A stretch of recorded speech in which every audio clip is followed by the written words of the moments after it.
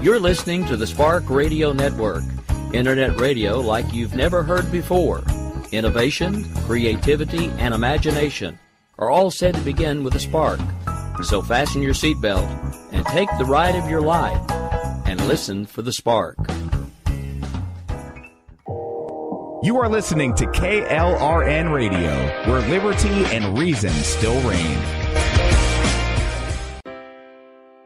Most writers and radio show hosts know that to connect with your fans, you need to do more than just write books or record the latest podcasts. There are many different elements that go into forming an online platform, but there are also many hidden traps. To make matters worse, solid advice on how to survive the muddy waters is scarce. In the book Hidden Traps, I talk about some of the important issues of working with an online platform, highlighting traps that could put your physical or internet security at risk or be harmful to your reputation. Are your social media posts just links with a few disjointed words, making you look like someone who can't complete a sentence? Did your new website cost you more than you anticipated?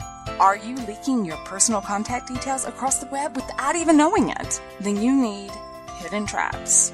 Hidden Traps is now available in paperback and ebook from a variety of retailers, including Amazon, Barnes & Noble, and Kobo. Visit blackwolfpublications.com for more details.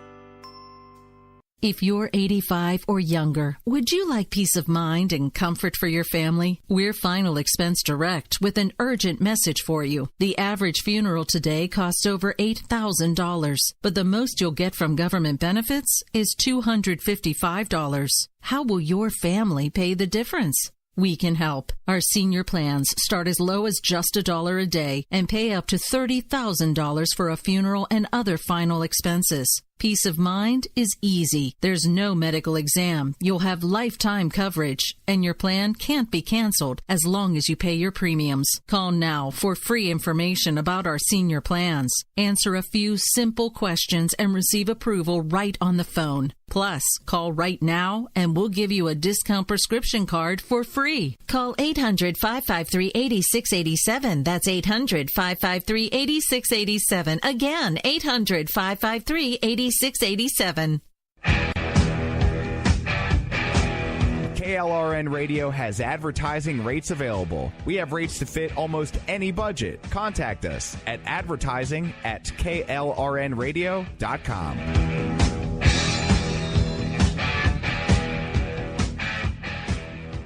Attention business owners and independent contractors. This is a money-saving message from Tax Mediation Services. If your business owes $20,000 or more in taxes, we can help you today, right now. Listen, dealing with the IRS is no picnic. It's an intimidating and extremely stressful process, and you don't want to go it alone. Our attorneys know every law, every tax break, and every possible opportunity to help you resolve and reduce your tax debt. And if you owe more than $20,000, you may be at the top of their hit list. So don't take your tax debt lightly, because it will not go away on its own. The IRS can seize your bank accounts, your home, and even shut down your business. Call our tax experts today at 1-800-783-0810 and let us deal with the IRS while you focus on your business. That's 1-800-783-0810. Again, that's 800-783-0810. My son was in the Army back during Desert Storm, but even then he wanted an MBA. He looked at a dozen schools, but only one offered the online education and flexibility he needed while he was in a tent in Iraq. Grantham University. Turns out that Grantham's been delivering affordable, relevant college and advanced degrees for over 65 years. Heck, if they can deliver a quality education to a soldier in a tent overseas, think about the flexibility Grantham can offer you so you can earn your degree too. It doesn't matter how complicated or full your life is. If getting a degree is on your bucket list, you'll want to do what my son did. You'll want to call Grantham. Find out how easy it is to get started on your education so you can check that college degree off your bucket list. Call Grantham right now, 800-910-1370. That's 800-910-1370. Flexible, affordable, relevant. Call 800-910-1370. Sometimes writers feel lost, unsure why a passage may not be working. It takes another set of eyes to help us nurture our writing into full maturity. At Black Wolf Editorial Services, we strive to enable writers to develop and grow, offering manuscript critiques and line edits through a mentoring editorial style. We also offer assistance on generating a writer's bio for your websites. Black Wolf Editorial Services, nurturing your writing into maturity. For a full list of services, visit blackwolfeditorial.com. You're listening to the Spark Radio Network, Internet radio like you've never heard before. Innovation, creativity, and imagination are all said to begin with a spark. So fasten your seatbelt and take the ride of your life and listen for the spark. You are listening to KLRN Radio, where liberty and reason still reign.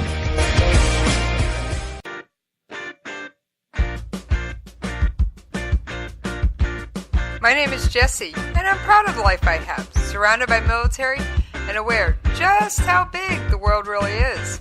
I have a unique perspective on life and the world around us. If you're willing to listen, I'll tell you how I see it, and I won't pull any punches. This is my POV, which stands for Point of View.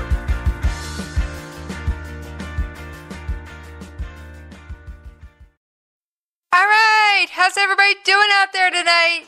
Yes, it's Jessie, and yes, I miss you when we're not talking. By the way, Mr. Frog, while he hasn't taken a complete hiatus, he has lightened his impact on me today. But wait, I got a guest, and I don't think he's ever been here before, although I've visited him on his show. How you doing tonight, Rick? I'm doing all right, Jess. Thanks for having me. How are you? I'm great. I just can't wait to see how you do with the international stuff, because you're so used to talking U.S. politics. This is uncharted waters. Yeah, I got to say, we're taking things in a bit of a different direction, so it'll either be great or it'll be terrible. I'm not sure. Don't worry. I got your back. So, like I said, and for those of you who are listening and wondering why Rick ended up on the show, essentially I challenged him to do it because I wanted him to see one night outside the box of just the U.S. He does a great job with the U.S. politics and who said what and what's going on. But I wanted to see how he'd react having to play on a bigger stage as far as the potential consequences and other things that are going on. So that's why I invited you, Rick. Yeah, it was sort of a challenge. You just didn't think I'd actually do it when you said it. And then you're like, oh no, he said yes, now what do I do? Well, I wasn't sure if you would or not, but I'm happy to have you. All right. I'm just giving you grief. Yeah, I know. You always do. Part of my job. Now, for all of you listening, we are ending tonight's show on taps, which means She's going to get... Oh, sorry. No, Rick. I take this one seriously. Well, yeah, but I'm just saying every time you play taps, you send me like 14 different versions of hate mail you get from people that get mad at you for playing the song. So yes. I'm sure that will happen again. Yeah, and they can keep sending hate mail, and I'm going to keep playing taps. So anyway, that means all social media announcements and anything will be done before the start of the announcement about the Fallen. There will be no words spoken other than the announcement, and then I will hit cue taps, and then we will end the show tonight. So, just for those of you listening, I have had requests that I do my best to honor to announce that when it's going to happen, because some people have a hard time hearing that song.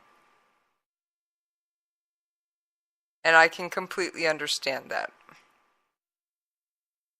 All right.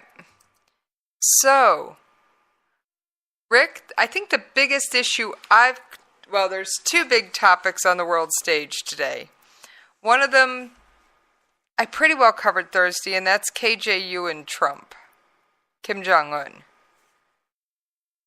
And personally, I don't hold out a lot of hope for and negotiating in any good faith with Trump. What's your overall take on that one? So it's interesting that you bring this up because I'm kind of the same as you. I don't really see anything fruitful really coming from this other than it being possible, at least the beginnings of a good PR campaign for Trump as far as bringing him to the table. But the reason I'm kind of interested that you let off with this is I actually have a liberal friend who was talking to me about this today. And it's interesting, and you know, people laugh at me for having liberal friends, but it's really a good idea to keep as many people around you that have varying ideas, even if they are a bit crazy. And the reason I lead off with this one is because when we were talking about it today, this person actually told me that they believe that the reason that Trump and the mental midget of the North, as I like to call him, started calling each other names on Twitter and in the news and everything else was because Putin told them to, because now they're gonna make it look like Trump's gonna bring them to the table, and everybody's gonna be like, oh look, it's awesome, it's great, but it's all Putin's fault, really. This is the problem that we have in America. Okay, Okay, time out. I can connect a lot of dots. I can go a lot of places. I highly doubt Putin, who suggests Jews and other ethnic groups have meddled in the U.S. election, like Israel's meddled in our elections. No, we've meddled in theirs. They haven't meddled in ours.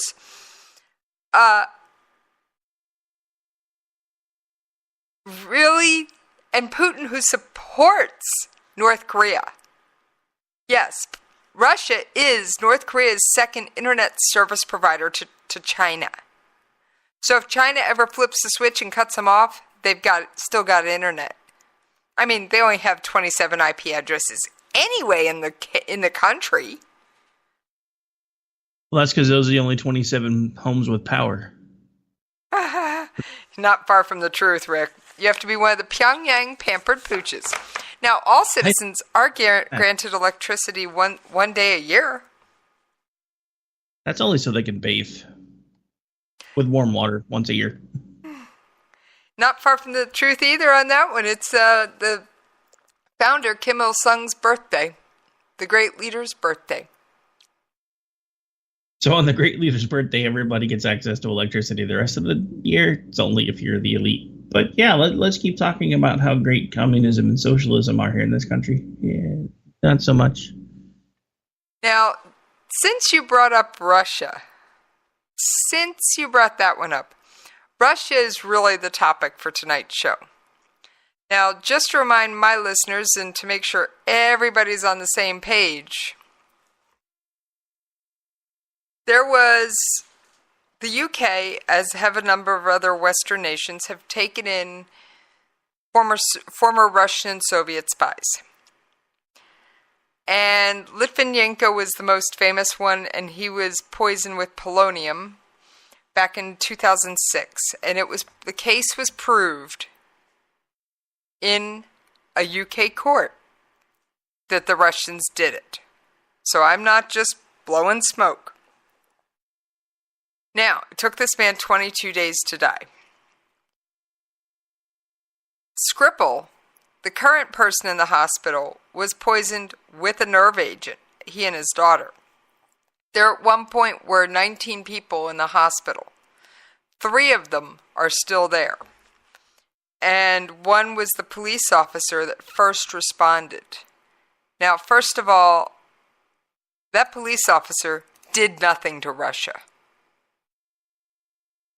And Theresa May today spoke at the House of Commons, basically saying, we're pretty sure Russia did this. They can sit there and offer help all they want. Right. And I don't know how else to put that one. But that's about the size of what her comments were. Yeah, the comments, they weren't exactly very friendly. No, they weren't. In fact, here's one of my favorites. Mr. Speaker, this attempted murder using a weapons-grade nerve agent in a British town was not just a crime against the Skripals. It was an indiscriminate and reckless act against the United Kingdom, putting the lives of innocent civilians at risk. And we will not tolerate such a brazen attempt to murder innocent civilians on our soil. I don't think she minced her words. What do you think? No, definitely didn't mince any words, and she did pretty much, basically, the only thing she didn't say was it was an outright act of war. Oh. It came really close, but she didn't outright say. She was right up to that line of act of war. Now, I found it interesting to listen to that, because watching the House of Commons was a lot different than watching our Parliament. It really was. But it was still fascinating to hear her speak firsthand and not just get the second and third hand comments. And by the way, she did take the time to praise and thank the police and the first responders, and to send her well wishes to the police officer, whose name I did not write down, and I don't have the audio clip handy, who is still in the hospital. Now, the second one that I found was most interesting. Mr. Speaker, on Wednesday, we will consider in detail the response from the Russian state. Should there be no credible response, we will conclude that this action amounts to an unlawful use of force by the Russian state against the United Kingdom. And I will come back to this House and set out the full range of measures that we will take in response. Yeah, she didn't mince words again. I think if Russia doesn't get their act together and doesn't stop trying to kill essentially British citizens, that may kick off a war. Well, I hope not, but it certainly seems like they're kind of leaning that direction. Well, I don't think anybody really wants a war. Least of all the soldiers and spouses that have to deal with it imminently. Yeah, well, no, especially not them. I mean, they definitely don't want any type of a war action. Let's face it. I'm trying not to keep coming back to American stuff, but we're a pretty war-weary nation right now. The last thing we really want is to have anybody start fighting anywhere, because the thing about countries in Europe that go to war, eventually we have to go bail them out. Well, she also mentioned NATO in there, too. In Article 5, an attack on one is an attack on all. Yeah, and well, that's another thing. I mean, you have to remember, we do the lion's share of the funding for NATO, so if she starts mentioning Article 5, eventually we're going to be right up in there anyway, one way or the other. It's going to be treasure, blood, or both. Both. Meh. Now, overall, she called Russia out on their recent bad behavior. Now, Rick, is this attack against the former spy that was residing peacefully and quietly in the UK their first bad act on the world stage? No. Can you name anything else they've done rotten in the past few years? Well, there was the trying to think of the name of the country now, wasn't it? They went and annexed, I think it was Crimea, wasn't it? Crimea, which is part of Ukraine, right. Well, here's the whole list as Prime Minister May sees it. Mr. Speaker, this action has happened against a backdrop of a well-established pattern of Russian state aggression. Russia's illegal annexation of Crimea was the first time since the Second World War that one sovereign nation has forcibly taken territory from another in Europe. Russia has fomented conflict in the Donbass, repeatedly violated the national airspace of several European countries, and mounted a sustained campaign of cyber espionage and disruption. This has included meddling in elections and hacking the Danish Ministry of Defence and the Bundestag, among many others. During his recent State of the Union address, President Putin showed video graphics of missile launches, flight trajectories and explosions, including the modelling of attacks on the United States, with a series of warheads impacting in Florida. Well, what do you think about that one, Rick? I have to admit, the thing with Russia and this new supposed missile of theirs honestly does concern me. I mean, most of the time when a country starts making noise about their indestructible missile and there's no way to stop it, you just kind of roll your eyes. But I mean, this is Russia that we're talking about. One of the problems that I've always had with Putin and the fact that, you know, even the former administration seemed like they treated him like he was nothing but a little stuffed kitten, was this guy actually cut his teeth during the KGB. So, I mean, the idea that he doesn't have the type of reach to do the things that he's being accused of right now and actually hasn't had some sort of a secret missile program that has managed to develop something that could be nearly indestructible, and everybody laughed it off, or would have, under the previous administration because, you know, Russia was our friend. Everybody was exchanging teddy bears. You know, the 1980s called Mr. Romney. They want their foreign policy back. And now we're starting to see Russia starting to bar its teeth again, and we're starting to realize that there was a whole section of our country that really didn't seem to pay attention to them at all. And now this administration is taking the brunt of it when we've been screaming for years that the Democrats had no idea what the hell they were talking about when it came to Russia. So the whole concept of this missile is just terrifying to me. I'm hoping it's nothing but him on a little bit too much vodka, but because I don't know him, but at the same time, being a former KGB agent, I don't think he talks out of his rear end very often. Just saying. I don't think he talks out of his 6 o'clock. And this missile also kind of had me taking a sideways look at things. So you know me, I turn to the experts, right? Yep. I assume you'd agree with me that Secretary of Defense James Mattis is an expert? I would definitely say that is correct. Yes. Okay. His job is to make strategic assessment, and despite the Russian military's new capability and Putin's remarks, he doesn't see anything changing in the military balance because they can already hit our countries. They just have to do it from a sub or launch a nuclear missile. And our air defense wasn't necessarily set up to stop missiles from Russia. To a point it was, yes. But also, more recently, it's been targeted on rogue nation states like North Korea, Iran. Yeah, those loony places. And I found it interesting that he went so far as to say that on the plane on his foreign trip. And I'm looking for his gaggle quote. Hang on. He actually did a gaggle, and I've got a readout on it. It's 3.5 pages long. So why don't you fill in the blank for a moment? Well, I mean, like you said, the whole thing with this is, you know, we already know at this point that, you know, Russia has technology that can reach the country. So I don't think this newest announcement was anything too terribly groundbreaking.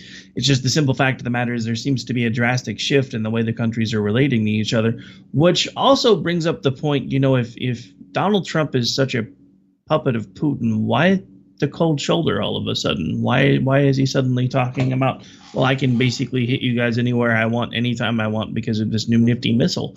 And again, it just goes to show that there are things going on behind the scenes that we never know about until it's too late. And most of that, unfortunately, is because our media here has become nothing but TMZ. I mean, it's all about clickbait. It's all about who's going to pay attention to the story that we can make the noise about the loudest. That's like, you know, not to take things national again for a moment, but with everything, with all the positive stuff that's been coming out, nobody's talking about it because we're still too busy arguing about guns. The same thing's happening on the international stage. There's all these things that nobody's hearing about because nobody's talking about them, and you have to go and dig them out to find them, and you have to listen to shows like this one or actually find your news from international sources that are reputable. And anymore, in my opinion, there are very few of those because everything seems like it has a slant anymore, no matter where you go to look to find it. Well, that's why what I do when I'm searching articles, if I can't get a direct quote from a source, like Mattis, which I'm about to read his quote, I tend to go to two websites I know will have opposite sides of opposing views, Iran and Israel. And I fear the truth is somewhere in the middle. Yeah, the truth is usually somewhere in the middle. All right, so Secretary of Mattis said, and this is directly off the readout from the press gaggle on his plane. I looked at President Putin's speech, and like many of us, I focused on the last third of it. The first two-thirds clearly about domestic issues, but also opportunities in that first two-thirds as I was reading it.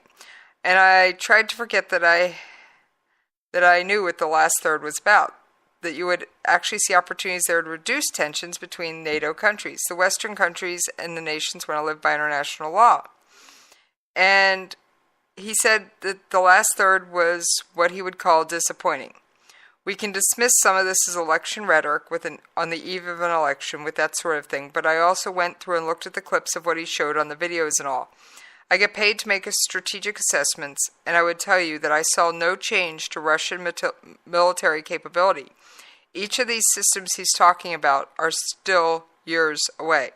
I do not see them changing the military balance. They do not impact any need on our side for a change in our deterrent posture, which should certainly be an indication I registered with the current national assessment. He hopes that the Russian military does not embrace the campaign rhetoric they're hearing, but they do have a fairly professional officer corps. So, if Mattis isn't scared, I'm going to say there's no reason for us to be freaked out either. Well, to keep on the Russia topic for a second, one of the things that's always concerned me about the way they do things versus the way that we do things, when Russia cuts back on their military, they do it from the bottom up. Most of the time when we cut back on our military, we do it from the top down, which means they still have a lot of their, anytime they do cuts, they still have a lot of their well-trained brass in place, and they can have troops spun up within 6 to 8 weeks. Whereas with us, we can spin up more troops, but we're letting go of a lot of our seasoned people because they make more money. This is one of the things that's always concerned me about even when we even start talking about some sort of a hot war between us and Russia. And that's what concerns me with May's talk today, is she's honestly looking like she's considering a hot war with Russia. And eventually we're going to be dragged into that if that happens. And while I don't want to talk bad about the American fighting men and women, because I think they can take any enemy that we throw at them. Again, we've been in a decades-long conflict at this point, and I don't want us in any more wars. To be honest, I would rather us start trying to find ways to wrap up the ones that we're in before we start looking at a fight with somebody else. But I don't think at this point Putin's going to give us any choice, because it sounds like he's managed to piss off the Brits, pardon my language, but it takes a lot to do that. And once you get them mad, they tend to stay that way. So I'm not sure what he was thinking, but it wasn't good. Well, remember I mentioned Litvinenko a while back? Here's what they did after he was murdered. Mr. Speaker, following Mr. Litvinenko's death, we expelled Russian diplomats, suspended security cooperation, broke off bilateral plans on visas, froze the assets of the suspects, and put them on international extradition lists. And these measures remain in place. Yeah, they don't have short memories, do they? No, they don't. That's why all of the gun grabbers from over there still yell about how we shouldn't have our guns because our Second Amendment's outdated. That's usually when I mute them. But yeah, they don't seem to have very short memories, because a lot of them still seem to be a little miffed that we've kicked their butt now at least twice that I can think of. And bailed them out once, at least. At least once. Well, unfortunately, we have hit the bottom of the hour. Uh-oh, I know what that means. Yes, that means it is time to pay those radio station bills. Rick, why don't you remind people where they can hang out with you, even though you're not leaving, when you're not on the air, hanging out with me? All right, you can follow along with me on Twitter, which is the best place to hang out with me, is at Radio Host Rick. You can also follow along on Facebook. You can search Rick Robinson. That's my professional Facebook page. You'll notice it's the one with the picture of the little Time Magazine cartoon. Or you can shoot me an email, Rick at KLRNRadio, if you're old school. I do communicate no matter how you choose to make contact. So just if you feel like talking, please feel free to do so. I take fan mail, hate mail, all of the above, everything in between. So, all right, folks. We will see you on the other side. They fight and die for our freedom. No one had to ask them to go without a moment's hesitation. For the red, white, and blue. You're listening to the Spark Radio Network, internet radio like you've never heard before. Innovation, creativity, and imagination are all said to begin with a spark. So fasten your seatbelt and take the ride of your life and listen for the spark. You are listening to KLRN Radio, where liberty and reason still reign. Most writers and radio show hosts know that to connect with your fans, you need to do more than just write books or record the latest podcasts. There are many different elements that go into forming an online platform, but there are also many hidden traps. To make matters worse, solid advice on how to survive the muddy waters is scarce. In the book Hidden Traps, I talk about some of the important issues of working with an online platform, highlighting traps that could put your physical or internet security at risk or be harmful to your reputation. Are your social media posts just links with a few disjointed words, making you look like someone who can't complete a sentence? Did your new website cost you more than you anticipated? Are you leaking your personal contact details across the web without even knowing it? Then you need Hidden Traps. Hidden Traps is now available in paperback and ebook from a variety of retailers, including Amazon, Barnes & Noble, and Kobo. Visit blackwolfpublications.com for more details. If you're 85 or younger, would you like peace of mind and comfort for your family? We're Final Expense Direct with an urgent message for you. The average funeral today costs over $8,000, but the most you'll get from government benefits is $255. How will your family pay the difference? We can help. Our senior plans start as low as just $1 a day and pay up to $30,000 for a funeral and other final expenses. Peace of mind is easy. There's no medical exam. You'll have lifetime coverage, and your plan can't be canceled as long as you pay your premiums. Call now for free information about our senior plans. Answer a few simple questions and receive approval right on the phone. Plus, call right now and we'll give you a discount prescription card for free. Call 800-553-8687. That's 800-553-8687. Again, 800-553-8687. 687. KLRN Radio has advertising rates available. We have rates to fit almost any budget. Contact us at advertising@klrnradio.com.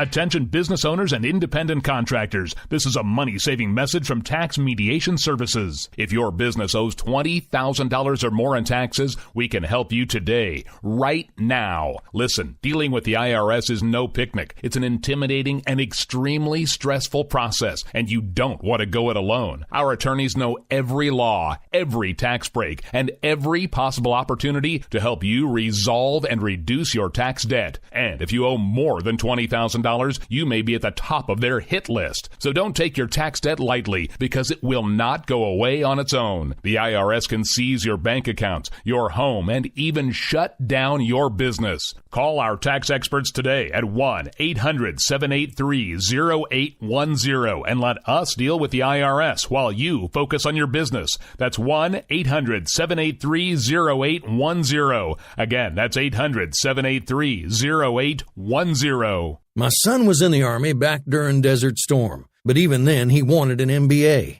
He looked at a dozen schools, but only one offered the online education and flexibility he needed while he was in a tent in Iraq. Grantham University. Turns out that Grantham's been delivering affordable, relevant college and advanced degrees for over 65 years. Heck, if they can deliver a quality education to a soldier in a tent overseas, think about the flexibility Grantham can offer you so you can earn your degree too. It doesn't matter how complicated or full your life is, if getting a degree is on your bucket list, you'll want to do what my son did. You'll want to call Grantham. Find out how easy it is to get started on your education so you can check that college degree off your bucket list. Call Grantham right now, 800-910-1370. That's 800-910-1370.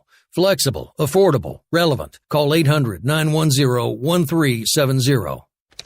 Sometimes riders feel lost, unsure why a passage may not be working. It takes another set of eyes to help us nurture our writing into full maturity. At Black Wolf Editorial Services, we strive to enable writers to develop and grow, offering manuscript critiques and line edits through a mentoring editorial style. We also offer assistance on generating a writer's bio for your websites. Black Wolf Editorial Services, nurturing your writing into maturity. For a full list of services, visit blackwolfeditorial.com. Well, I won't back down. No, I won't back down. You can stand me up at the gates of hell, but I won't back down. All right, thank y'all for hanging in there with us while we paid those radio station bills. And yes, Rick's still with me.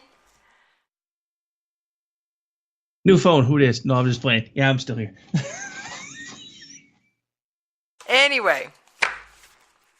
And yes, that's the show prep. I got the casualty already pulled off to the side. All right. Hey, I got that far organized anyway. But Theresa May wasn't mincing her words today. And although I loved her two possible explanations for this attack, let's take a listen, and then Rick, you can give me your opinion on it. Mr. Speaker, there are therefore only two plausible explanations for what happened in Salisbury on the 4th of March. Either this was a direct act by the Russian state against our country, or the Russian government lost control of its potentially catastrophically damaging nerve agent and allowed it to get into the hands of others. What do you think? Pretty scary, if accurate. Do you see any other way a Russian-based nerve agent, and yes, it is Russian-based, was in the UK? I mean, that's honestly a little hard to say. I mean, only because, and there's been stories about, all kinds of Russian things winding up in places they weren't supposed to be through black market sales.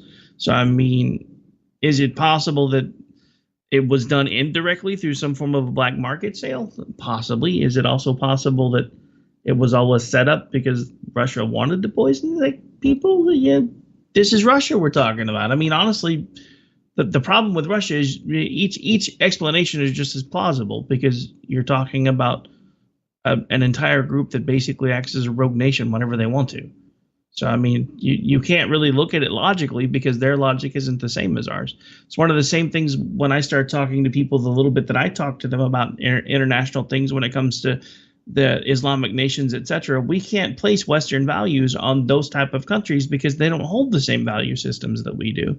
So it's easily just as plausible that it was done intentionally through a third party, or it was done accidentally through a third party, through them using some sort of black market back channel to get it in there.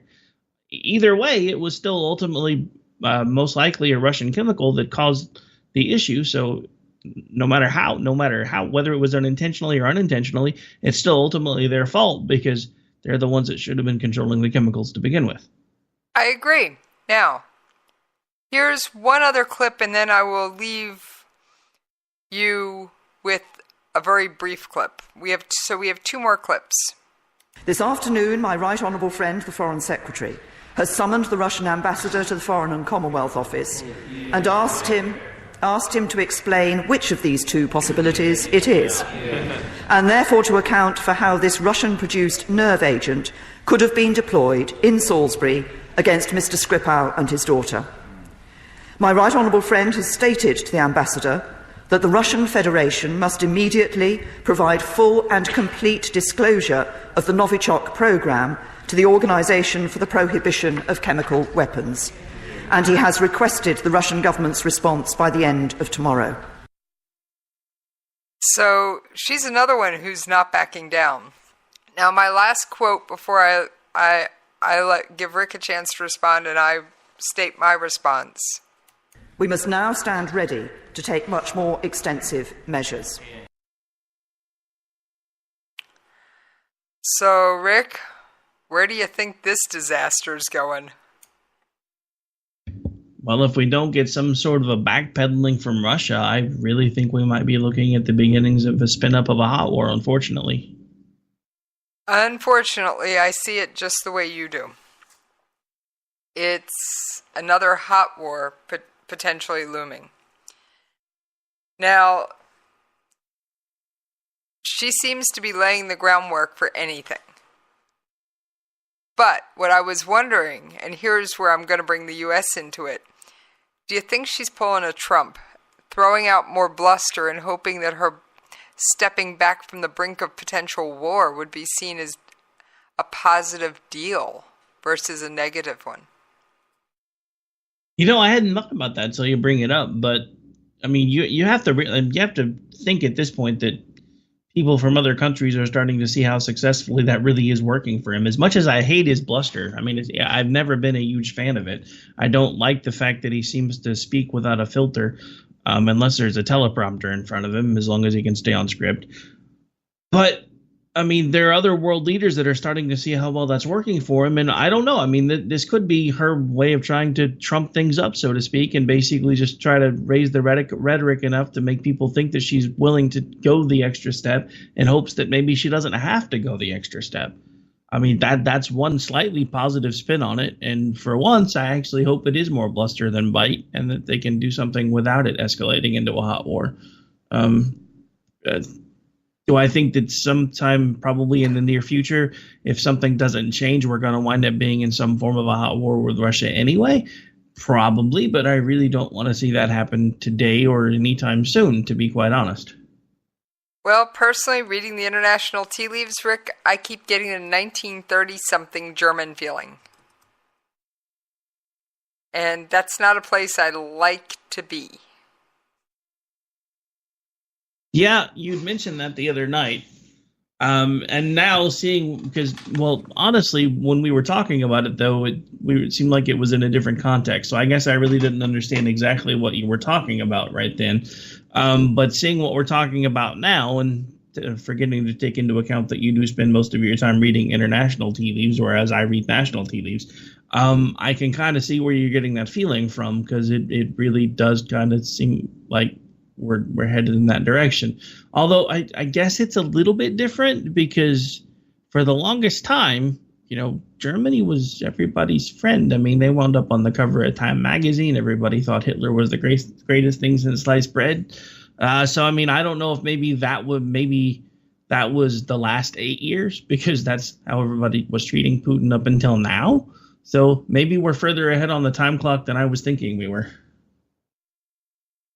Well, when you look at all the places, and I will run through my connect the dots loop for everybody that isn't familiar with it. Russia, we'll start with Russia since they're the focus tonight. They trade with North Korea and Iran, and they're propping up Syria.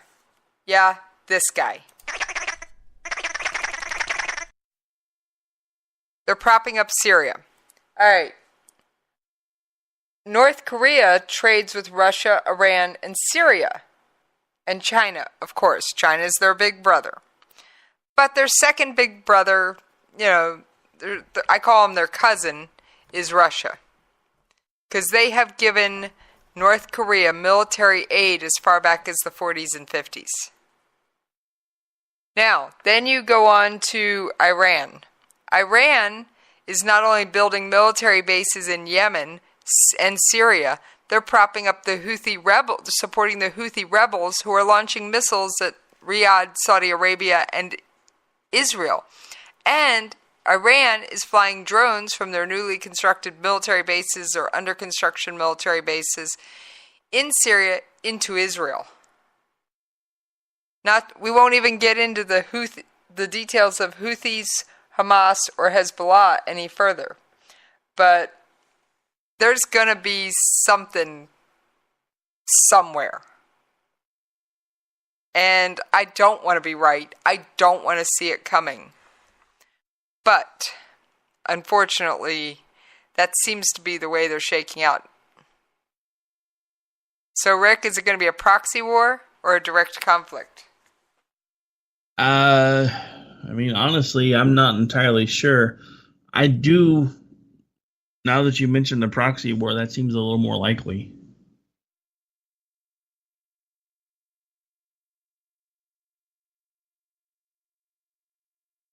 Well, it's going to be one way or another, but we are going, and I'm afraid if it starts as a proxy war, it won't end as one. Well, yeah, I think it will escalate past that point, but I actually hadn't thought about the concept of a proxy war. I have a bad feeling it might actually start that way, and then we'll probably escalate past that. And we are treaty bound to protect both the UK, Israel, and to some extent the House of Saud, aka the Kingdom of Saudi Arabia. So all three places are currently being attacked one way or another from either Russia or Iran. You know what I call that? Not enough eggs, too many baskets.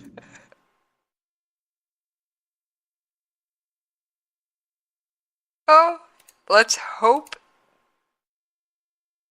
that they don't have enough eggs to fill those baskets. Well, no, I'm saying us in general. I mean, we're talking about a three-front war at some point if this keeps going. At its peak, our military could only do a two-front war. Like I said, not enough eggs, too many baskets. We're going to have, we get into this, there will be a draft, period, end of discussion. Now, there's one last story I really want to get to, but make your final comments on Russia and Skripal and all the other noisy things, because I'm changing regions here. Well, I have one point to mention just on the fact that you'd mentioned there's a draft. Now that we have all this equal rights stuff, do you think there'll be a male-female draft, or will it still be male-drafted mainly? I think the current legislation only allows for male, but personally, I'd like to see it be both genders. They want the equal rights, they need to share in the equal burden. Yeah, I don't know. I still don't really... The idea of women being drafted doesn't sit well with me, but I'm an old-fashioned country guy, so whatever. Well, right, I didn't say put them on the front lines, but why couldn't a woman be in an office doing clerical work? Why couldn't a woman be a nurse or some of the more traditional roles women have served in war? Well, I mean, if you want my honest take on it, I'm opposed to a draft all the way around, but I'm definitely opposed to females being drafted. But like I said, that's just I'm old school when it comes to that type of stuff. I had an uncle who was drafted, and his life was never the same. He came home completely addicted to opiates, alcohol, pretty much anything he could get his hands on, and eventually died broke, penniless, and jaundiced from liver failure in a hospital. Drafts don't work. It's one thing when it's voluntary. It's another thing when they make you do it. There's too many people that I know that were drafted during the Vietnam era that basically came home and fell apart. I don't like the concept of a draft, but that's just me. And we have one interesting comment from the chat room. It said, don't forget, Putin was a harmless buffoon riding shirtless on a horse, and everybody thought he was cool. Well, not everybody thought he was cool, but the people that didn't think he was cool, nobody was listening to, because everybody kept saying that we were living in the 80s, and we were past that. Russia has evolved. Exactly how much has Russia evolved? They've just been accused of poisoning people. I think they were taking a nice long nap. Yeah, I mean, if we had more time, I'd get into more of my concept or my thoughts as to why things like glasnost and perestroika began in the first place, but we'll probably have to do that another time. Well, there isn't anybody on my heels tonight. Do you want to run over? I guess we can for a few. All right.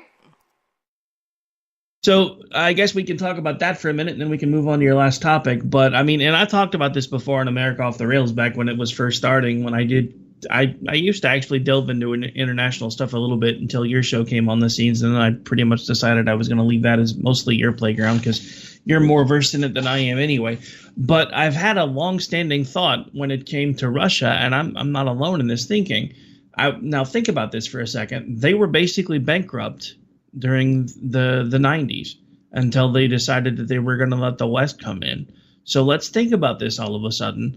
We had all of these companies from the West pouring all of this money into Russia, building up businesses, their infrastructure, making their roads better, helping them improve their education, all of the above. So we were pouring all of this money in here, and the whole time they have been quietly building up machinery and people, and anytime they do any cuts to their military, they do it from the top or the bottom up, not the top down. Which means when they're ready to spin up, they can have 2-3 million people ready to go in a few weeks. Just because they will institute a nationwide draft and they can have as many people as they need ready to fill those bottom of the rung roles as quickly as they need them. And all of the money that we've been saving them because Western money has been building up their infrastructure and everything else, they've been pouring into their military because they knew this day was coming. They've been ready for this. This is one of the things that has always concerned me the day Putin took office was I started doing research with where he cut his teeth, what he did when it was the USSR, and what he's been doing quietly behind the scenes that nobody's been paying attention to until now. It's one of the reasons why I supported Romney during the 2012 run-up, because he was one of the only ones that was looking at it going, Russia is actually one of our biggest geopolitical foes and nobody's talking about them. The Democrats made fun of him. Most of the Republicans made fun of him. Nobody's laughing at him now.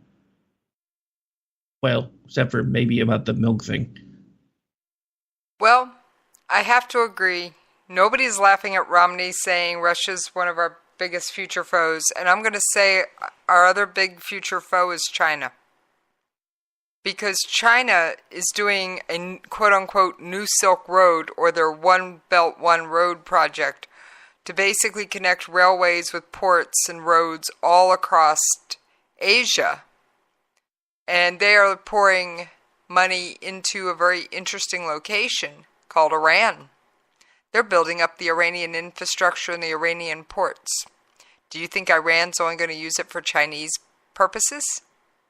Oh no, but I mean, don't get me started on Iran. We just handed them millions of dollars because Obama's a moron. So I mean, it's not like our hands are clean at this point either. It's just we handed them millions of dollars, and I'm willing to bet, although I probably will never find the proof, at least not until a war breaks open the treasure trove of information either in North Korea or Iran, that Iran paid North Korea to do their nuclear research, because it kind of been sputtering along, and possibly provided scientists as well.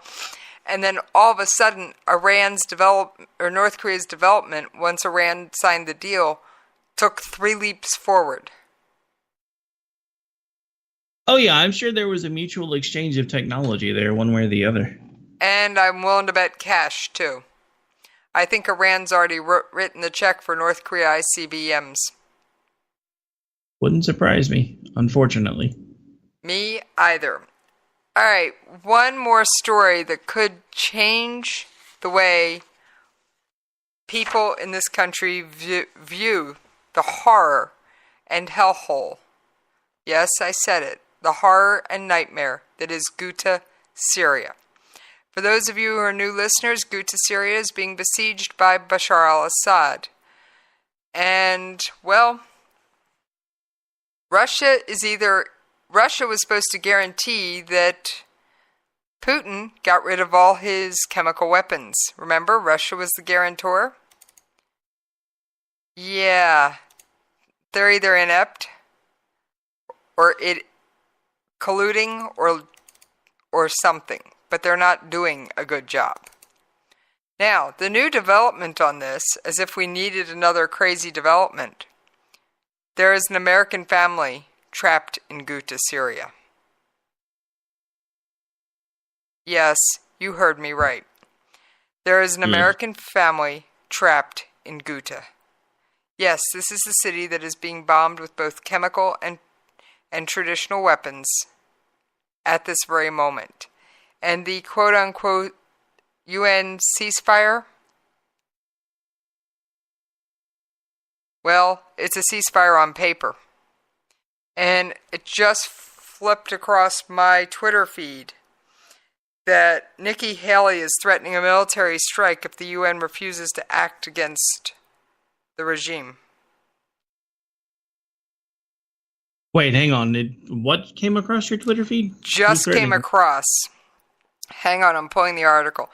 Nikki Haley threatens a military strike if the United Nations doesn't act against the Syrian regime. The United States was prepared to take matter. U.S. Ambassador to the UN said Monday that the United States was prepared to take matters into our own hands if the United Nations refused to act against the Assad regime in Russia. And I will have to track down the audio for it because I don't have it. At least not in a format I can easily play on air. But I will definitely get it for you. And it was in a UN Security Council meeting. And it said essentially, we warn any nation determined to impose its will through chemical attacks and inhuman suffering, but most especially the outlaw Syrian regime. The United States remains prepared to act if we must. It is not a path we prefer, but is a path we have demonstrated we will take, and we are prepared to take again. Oh, joy. And she compared the current situation in Syria to last year when the Syrian government launched chemical attacks, and we bombed them. Well, launched missiles. You know what I've always wondered, and I haven't been able to find any way to corroborate this. I want to get a look at the signature of the Syrian chemical weapons and find out if those came from Iraq. Because I remember when Bush 43 was making noise about Iraq having chemical weapons, and everybody basically poo-pooed it. But I remember a story breaking that quickly seemed like it kind of got shushed about a convoy moving into the Syrian into the region of Syria right about the time that we announced we were going to start bombing Iraq. So I would really be curious to get a look at the signature of those weapons and see how closely they match the Iraqi chemical weapon signatures that we were afraid they had back during the second. Even if chemical weapons were moved,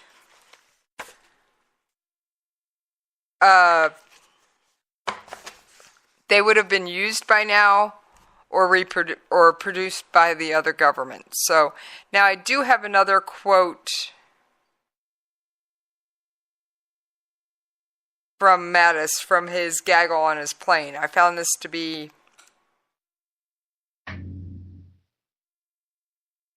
very interesting. We have made it very clear it would be, and this is direct quote from Mattis, there was no audio given or I would be using it. We have made it very clear it would be unwise to use gas against people, civilians, on any battlefield.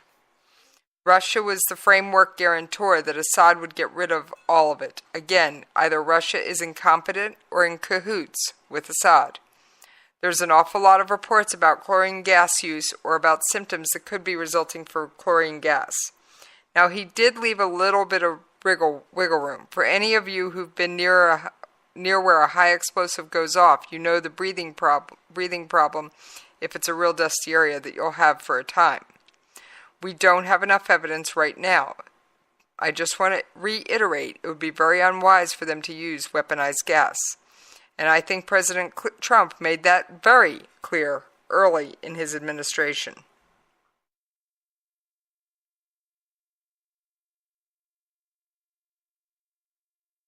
Pretty strong statement. Very strong statement. Yes, and this is a man who knows the cost of war. So we now have an American family consisting of 8 children and 2 adults that are trapped in Ghouta. And just to remind listeners, Ghouta which was one large city, has now been slashed in half by the Assad regime. And life has become perilous, and the women and children live mostly in their basement. And they have some food, but there is a malnutrition problem because they can only get very little certain types of food, enough to fill their stomach, some to fill their stomachs, but not necessarily enough to meet all their nutritional needs. And of course, on paper, there is a ceasefire. Now, medicine is another problem. There's a huge lack of medical supplies. To this end, there was a UN relief convoy, the first allowed by Assad in over a month. They were able to unload 13 trucks of food supplies during visits March 5th and March 9th. But as usual, most medical supplies were removed in advance. Yes, these are medical supplies from the United Nations being taken off the convoy trucks. Any surprises here, Rick? No, none. What do you think about this American family? Do you think it's going to change the calculus or change anything? I think it should. I think in the mind of Trump, I think it will, but I honestly don't know how much it's going to be. Only because, let's face it, Congress, even the Republicans in the Congress, don't seem to necessarily support anything that Trump decides that he wants to try to do. So, I don't honestly know if it will change anything. I know that it should. And for the record, this family moved to Syria before the year 2000. So when they moved to Syria, it was a much more peaceful time. And her husband is from Syria, and that's why she went. She wanted to experience, her husband had lived with her for some time in this country, and they'd experienced this country, now she wanted to experience his, which I don't think is an unreasonable thing. No, it wouldn't be, or at least it shouldn't be in any other rational part of the world, but, therein lies the rub. Yeah, it's becoming a disaster. All right. Anything else other than your social media you want to say before we cut this night short, or end this actually long show? No, I think we've covered pretty much everything. I would like to say it's been a pleasure being on with you, and I hope we can do it again sometime soon. But again, for anybody that wants to hang out with me, you are welcome to do so. You can do so on Twitter at Radio Host Rick, or by finding me on Facebook by searching Rick Robinson, or you can shoot me an email at rick@klrnradio.com. There are like a bazillion Rick Robinsons on Facebook, though, so look for the little cartoon-looking guy with the cover of Time magazine, because that's the reason I put like a weird picture on there, because I didn't realize how many other Rick Robinsons there were on Facebook till I set up my profile. I was like, wow, I didn't know my name was so common. What do you know? All right. Well, for anyone who wants to catch up with me, you can find me on Twitter at Radio Host Jesse, and you can email me at the station at jessespov@klrnradio.com. Now, on to the last item for the show tonight. The Department of Defense announced today the death of a soldier who is supporting Operation Inherent Resolve. Sergeant First Class Maitland Wilson of Brooklyn 38 of Brooklyn, New York, died March 7th in Landstuhl, Germany from a non-combat related incident.